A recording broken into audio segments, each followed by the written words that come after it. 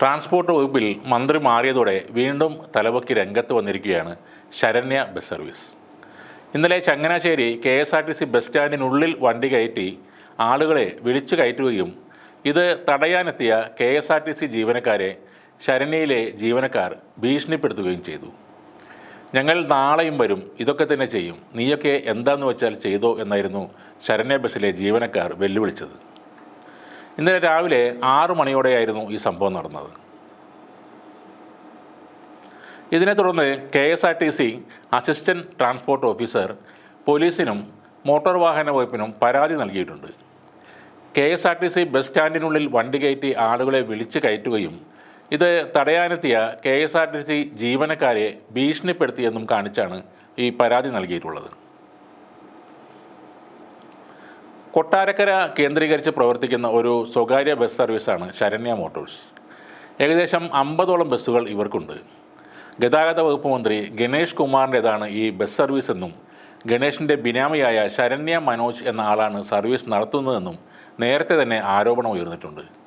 ഗണേഷ് കുമാർ മുൻപ് ഗതാഗത വകുപ്പ് മന്ത്രിയായിരിക്കുന്ന സമയത്ത് KSRTCക്കായി ബസ് വാങ്ങുമ്പോൾ ഫ്രീയായി ലഭിച്ചിട്ടുള്ള ചേസുകൾ ഉപയോഗിച്ച് നിർമ്മിച്ചതാണ് ഈ ശരണ്യ ബസ്സുകളെന്നും ആരോപണം ഉയർന്നിരുന്നു. നല്ല കളക്ഷനുകളുള്ള KSRTC ബസ്സുകൾക്ക് തൊട്ട് മുൻപായാണ് ഈ ശരണ്യ ബസ്സുകൾ സർവീസ് നടത്തിയിരുന്നത്. അന്ന് KSRTCയുടെ വരുമാന നഷ്ടത്തിന് പ്രധാന കാരണമായത് ശരണ്യ ബസ്സുകളുടെ ഇത്തരം സർവീസായിരുന്നു.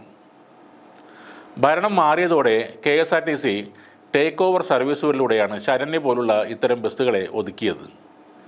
ഇതോടെ പിടിച്ചു നിൽക്കാനാകാതെ ബഹുഭൂരിപക്ഷം റൂട്ടുകളിൽ നിന്നും ശരണ്യ ബസ് പിന്മാറിയിരുന്നു.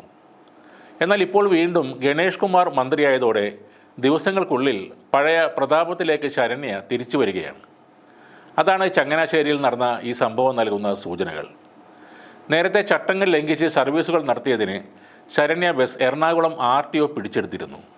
അന്ന് KSRTC MD ആണ് പരാതി നൽകിയത്. ദേശസാൽകൃത റൂട്ടുകളിൽ എല്ലാ ചട്ടങ്ങളും ലംഘിച്ചാണ് ശരണ്യ ബസ്സുകൾ ഓടുന്നത്. ബാലകൃഷ്ണപിള്ള പിന്നെ ഗണേഷ് കുമാർ എന്നീ പേരുകളുടെ ബലത്തിലാണ് ഈ തോന്നിയാസം കാണിക്കുന്നത്. ഇപ്പോൾ ഗണേഷ് ട്രാൻസ്പോർട്ട് മന്ത്രിയായി എത്തിയതോടെ വകുപ്പ് തലത്തിൽ വളരെ കർശനമായ നടപടികൾ അദ്ദേഹം എടുക്കുന്നുണ്ട്. എന്നാൽ ശരണ്യ ബസ്സിനെതിരെ ഗണേഷ് എന്താണ് ചെയ്യാൻ പോകുന്നതെന്ന് കണ്ടറിയേണ്ട ഒരു കാര്യമാണ്. സ്വന്തം കാര്യം വരുമ്പോൾ ചട്ടങ്ങളും നിയമങ്ങളും ഒക്കെ ഒരു സൈഡിലേക്ക് മാറ്റിവെക്കുന്ന കാഴ്ച തന്നെയാവും നമ്മൾ കാണാൻ പോകുന്നത്.